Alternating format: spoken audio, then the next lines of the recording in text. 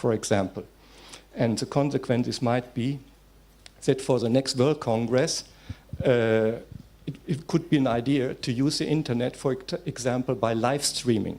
So not only those who are participating in Sevilla, but all over the world can participate in the Congress, and we can make money out of it, for example, and attract people and to bring to their awareness that what we have to offer brings value to them. So live streaming, we could videotape the keynotes or invited lectures or some exciting workshops and put it on the homepage, and only the membership have access to such videotapes.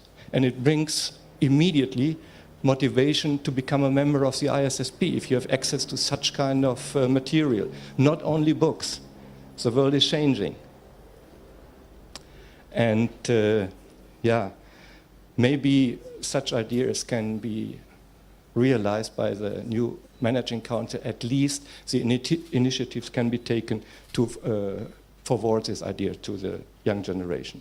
My perspective on the discipline, and what I was talking about now, was managing a discipline and to develop the discipline. We heard a little bit about the content of sports psychology and how the content is organized. My perspective is it's an interplay of society, science, sport, and psychology. But what is essential is that an organization for a special discipline, ISSP, has to take care that the core of the discipline is established and is kept and not spread around. For example, I heard a lot of neuroscience these days. I even heard of it. That's nice. It's not new, by the way. We had psychophysiology, and now we have a different level of differentiation when we are talking about neurocognition, for example. That's okay. But for example, to talk about cognitive neuroscience, it's very nice, but for me, it's wood and iron. And those who are looking for frozen fire, I wish you good luck, but in 10 years you will notice it was the wrong way. So for me, the structure and the development of a discipline is closely related to the society, to other sciences, to sports, and to key topics in this area. And when I heard now Gershon referred to exercise, and he is right. It's a problem of terms in the American English language, German and other languages. I don't know the Italian language too good, but for us, sport is everything. Exercise including.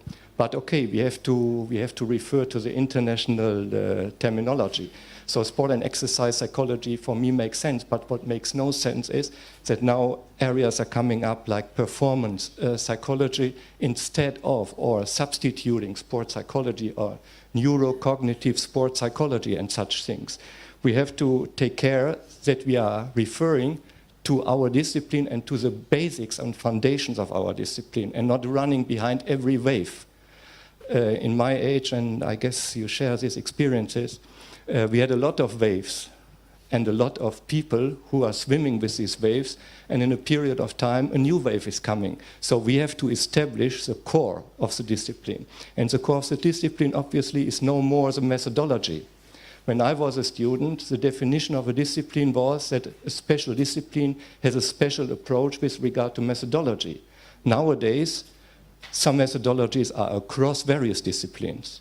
So this is no more the central feature of our discipline. So we have to look for core issues. And from my point of view, core issues are central topics we have to refer to.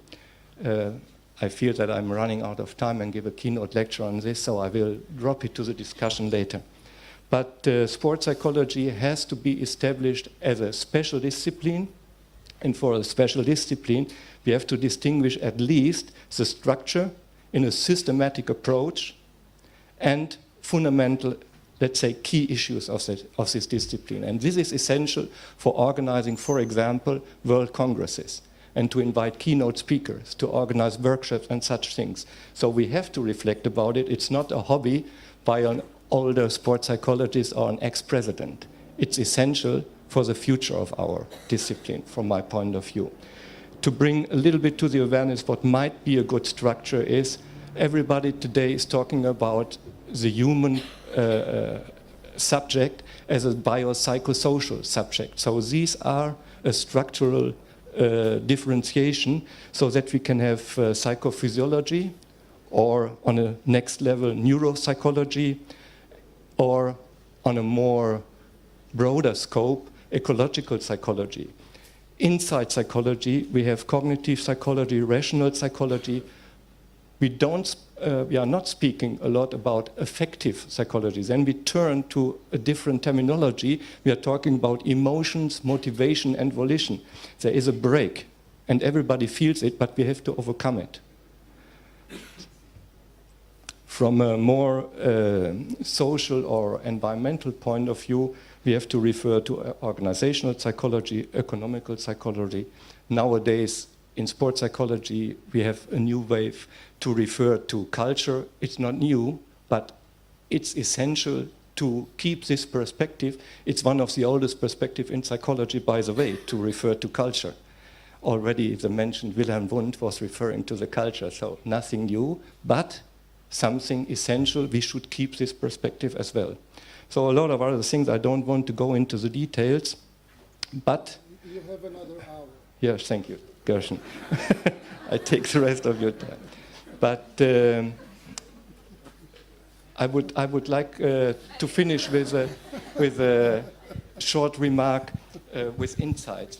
I started that I wanted to bridge the gap from Keith to my presentation here. And Keith said that great athletes hate to lose.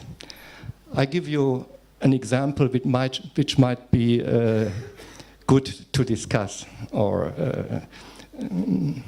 to initiate a discussion. Some years ago, I had the chance to sit together with Michael Schumacher. We started to work, and I was in his house, and we did some exercise in his gym. And then I asked him, Michael, why you are still motivated to be involved in Formula One racing? You have been 7 times world champion. And how is his story? And he said, yes, when I was world champion the first time, I thought for the next year, would it be possible again? And then in the third year, the third time, would it be possible again? And then I interrupted him and I said, but nowadays, isn't it that the chance not to be successful is very high and the opportunity to be successful is very low? And he said, Dieter, not to be successful is not interesting me anymore. It's no more a matter of concern to me. But the opportunity to be successful and to get this feeling of being successful, it's great, and there's motivation enough for me. And I said, and why you are asking me to work with you? And he said, see, when I started my career, nobody had a personal coach, a fitness coach, physical fitness coach. I always felt a little bit better than the others because I had a fitness coach. Now all the youngsters, see Sebastian, see Rosberg, and see all the others, they all have personal coach, and they're looking very fit, and they are very fit. But only some of them are working now in different areas. And Sebastian told me, Michael, go to Dieter. He will give you some ideas about potential areas. So now we are working together because I have the feeling we have not used all the potentials, all the areas of improvement which might be possible. And maybe it's also good for me. So they are looking for areas of potential. For me, they are not hating to lose. Losing is no issue for them. They are looking for success. And I could give you some more examples, maybe in future time or in the discussion. Thank you.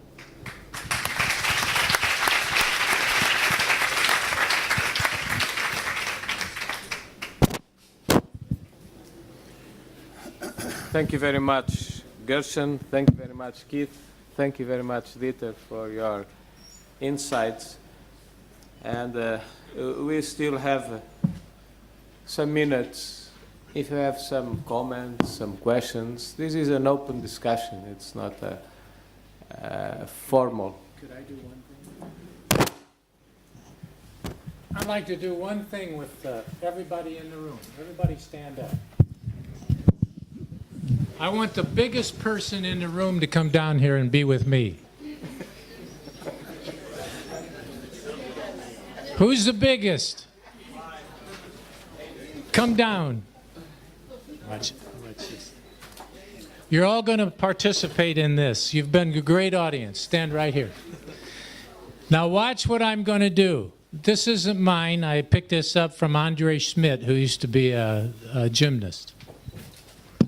I want you to do the same thing. I want you to face me. Okay, and I want you to put your arms out like this. Can you see? Okay, everybody could sit and watch, but you're going to do this with me, okay? Now, you're going to do this with your partner, okay? In a minute, I'm going to put a thought in his head. And when he gets that thought, he's going to nod his head, okay? And then when you nod your head, I'm going to try and pull your arms down, but don't let me, okay? Okay?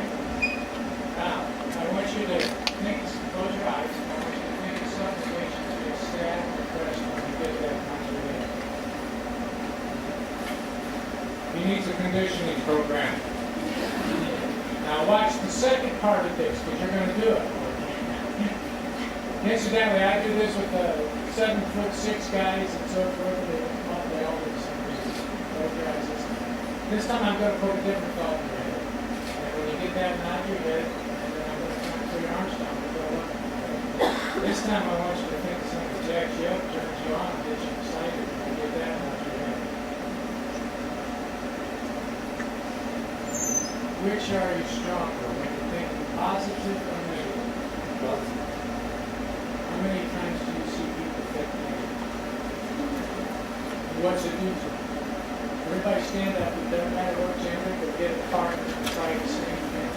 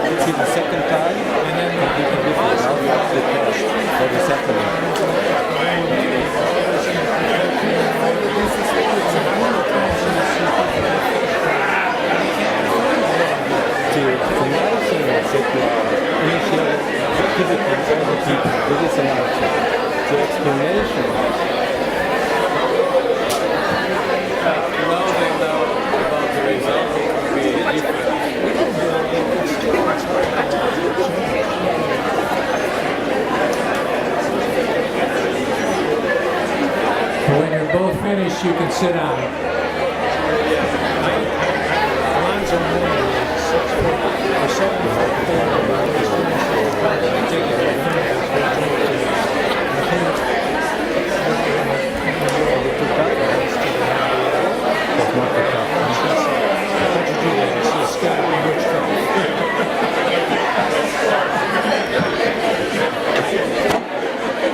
Okay? Okay? We may sit down. You may sit down. You can go on with the exercise at the end of the section during lunchtime.